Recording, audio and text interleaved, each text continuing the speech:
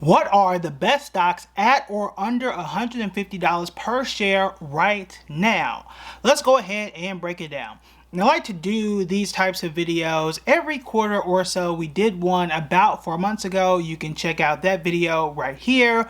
But today I have a brand new fresh list with new stocks that we have not covered. Now I am going to play the hits at the very end because there are some stocks that are still very much on the good foot that you should consider, but I do want to present you with some newer options that you also want to consider as well, because I think we all deserve to have new fresh stocks that could and do have the potential to continue to do well, and stocks that you have not heard of and probably don't already have in your portfolio. So I'm going to run down the list, tell you what I like, tell you some things that you might want to notice, and any pitfalls and things that may, you may like or may not like about these stocks as well, and some interesting facts as well. So first, this one, not a company that I would thought have made this list, and perhaps the most interesting stock here too is Fox. Yeah, the news corporation. So first, they do have two classes of shares, but the one I'm going to bring up here is just Fox. Fox is the stock symbol here. I think the other one is Fox A, but in either case, Fox is the one I'm going to focus on. They're 41% in the last 6 months alone, and they're 32% over the last year. Now, if you start to look at the company and what's going on, they have an interesting story. Because they're kind of going through a succession episode, meaning you got Rupert Murdoch, who is like 178 years old. Okay, he's up there in age, and between him, I think he has 4 kids, and they're trying to fight over where the company's going to go next, who's going to have control, and all that type of stuff. Now, all of this is in a Nevada court or in some court, and they're fighting over that.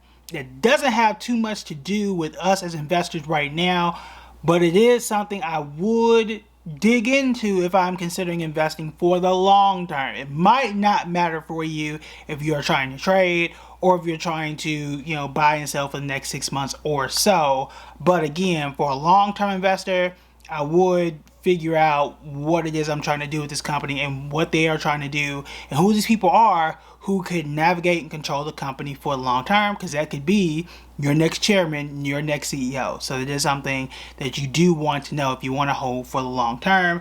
If you go back and look at a chart for the company, it looks like in May of 2024, that's really where the stock started to really gain momentum.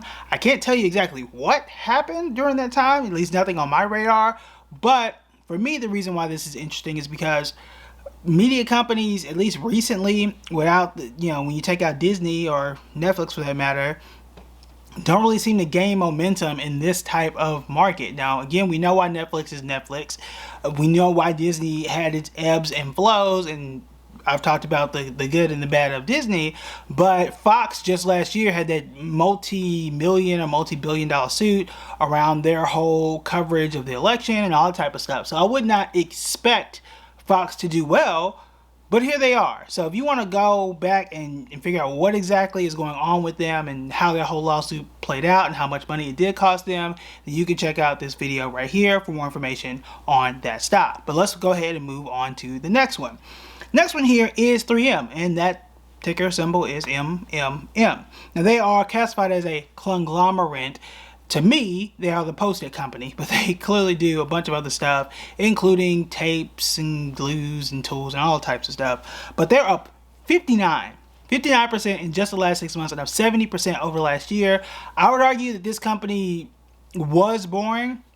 One of those companies that you absolutely do not notice, even though they are in the Fortune 500, and it's just a really boring company.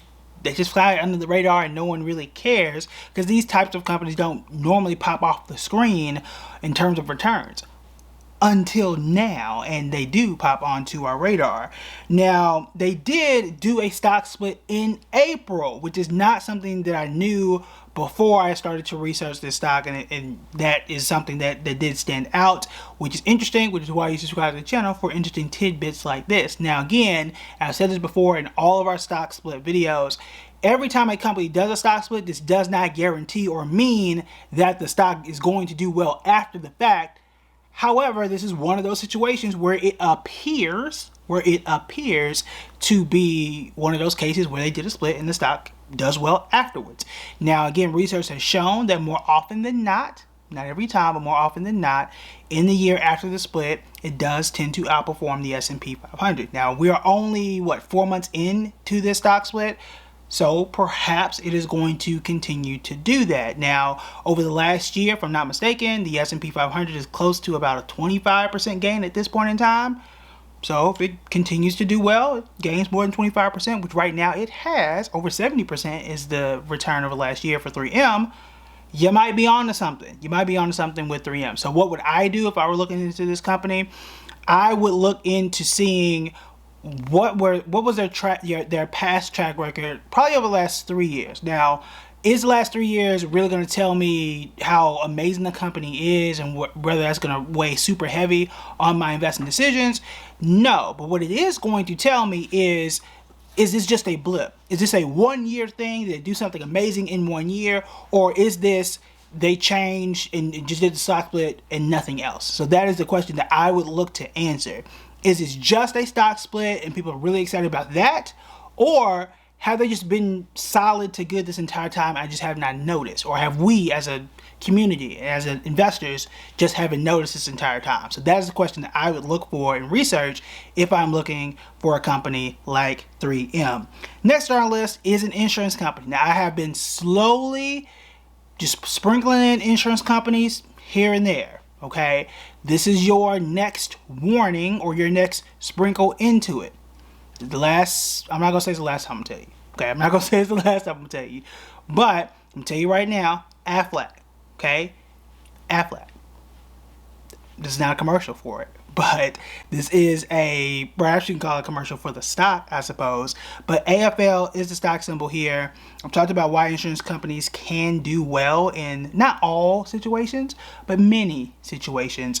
And AFAC is up 36% in the last 6 months and up 45% over the last year. They tend to be consistent, and AFAC has definitely done that. I do like to keep an insurance company in my portfolio when I can, because again, you gotta have it. They are very consistent money makers. They tend to be, rather, and basically their business model is you pay them money and they don't pay out as much, right? And that's supposed to be the business model. Now, most people look at me like that sounds trash. Well, if I'm thinking of it like life insurance, I would prefer it to be that way, okay, right? Because I would rather pay them and still be alive, right, and only die once. I don't want to pay them every month and, you can only die once, right? So I prefer that to be decades and decades and decades into the future. So that is kind of how their business model works. Same thing with car insurance and stuff like that. I would prefer not to have an accident.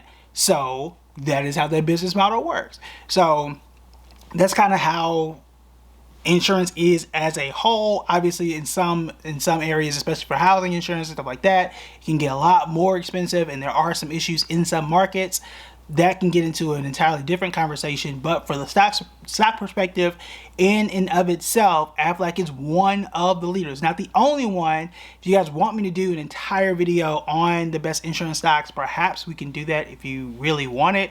Let me know in the comments. And speaking of the comments, I did see the ones about Southwest. I plan on that being our next video tomorrow. I want to do a whole review on Southwest Airlines, what I think about the changes that they're looking to do, what I think it means for the stocks, what it means for Southwest stock itself, what it means for consumers, and everything else in between. So that is the plan. We'll see if anything crazy happens in the stock market that diverts that plan. So we'll see, but that is the plan. Next here, we have Citizen Financial Group. Now, this is a stock I believe I sprinkled in a previous video. CFG is the stock symbol here. This stock is up 36% in the last 6 months and up 58% over the last year. If I'm not mistaken, I think I did an entire financial video where that one was kind of sprinkled in there. And I don't think I went into too much detail, but when you talk about smaller regional financial players like this one is, these are like hidden gems because they're harder to find. Everybody always zooms into, the Bank of Americas, the Wells Fargos of the world, whether you like or hate those banks. And then sometimes you kind of look at the smaller ones like a Capital One or a PNC because those are, bigger, but still multi-state regional banks. And then you have like the smaller regional banks, or the, you know, medium-sized financial institutions that, unless you know, like a neighborhood bank or something like that.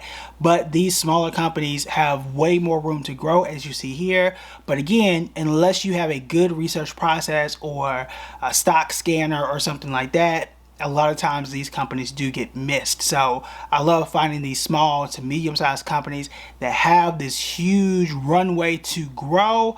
So this is one of those examples of those. So you want to try and find some of those small to medium-sized stocks that not everybody is looking for. So Citizens Financial might be one of those stocks. The next one on the list, these are the hits, right? The ones that we have talked about before that you might not realize are still under $150 at this point in time. And the reason why I'm not telling you the exact price is because the market is still open at the time I'm doing this video. So prices are literally changing. By the time you watch this video, the price is going to be different. Some of y'all watch the videos the next day. The prices are going to be different, okay? But right now, they're all under $150 per share.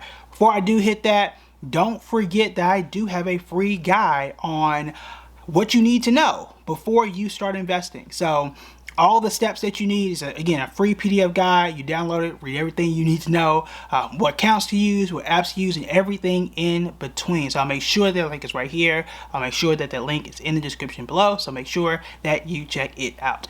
All right, so I'm gonna quickly go over the hits. NRG, talked about it before. It is still up 116% over last year. Talked about it a bunch of times before. I ain't gonna go over it, okay? Next here is IRM. We've talked about that a few times just in the last 2 weeks or so. In just yesterday's video, I mentioned it as well. Just an example. That one's up 80% just in the last year. And then, believe it or not, Nvidia is still under $150 a share, at least at the time I'm doing this video. They did just announce earnings. Now, again, I'm doing this video as they're announcing earnings. So I don't know whether earnings is going very well or not so well. Okay, I'm risking throwing them on this list because it could go very well or not very well, because the market right now is the most valuable stock in the world right now before earnings. I don't know what direction it's gonna go, but I would imagine it's still gonna be up there for now. But again, the market tends to overreact with Nvidia just because, again, that's just what everybody is focused on. But up 176% over the last year. I think all of them are great candidates, but some people feel, and I understand this feeling, these stocks are already up, especially with a company like Nvidia. Can they continue to grow?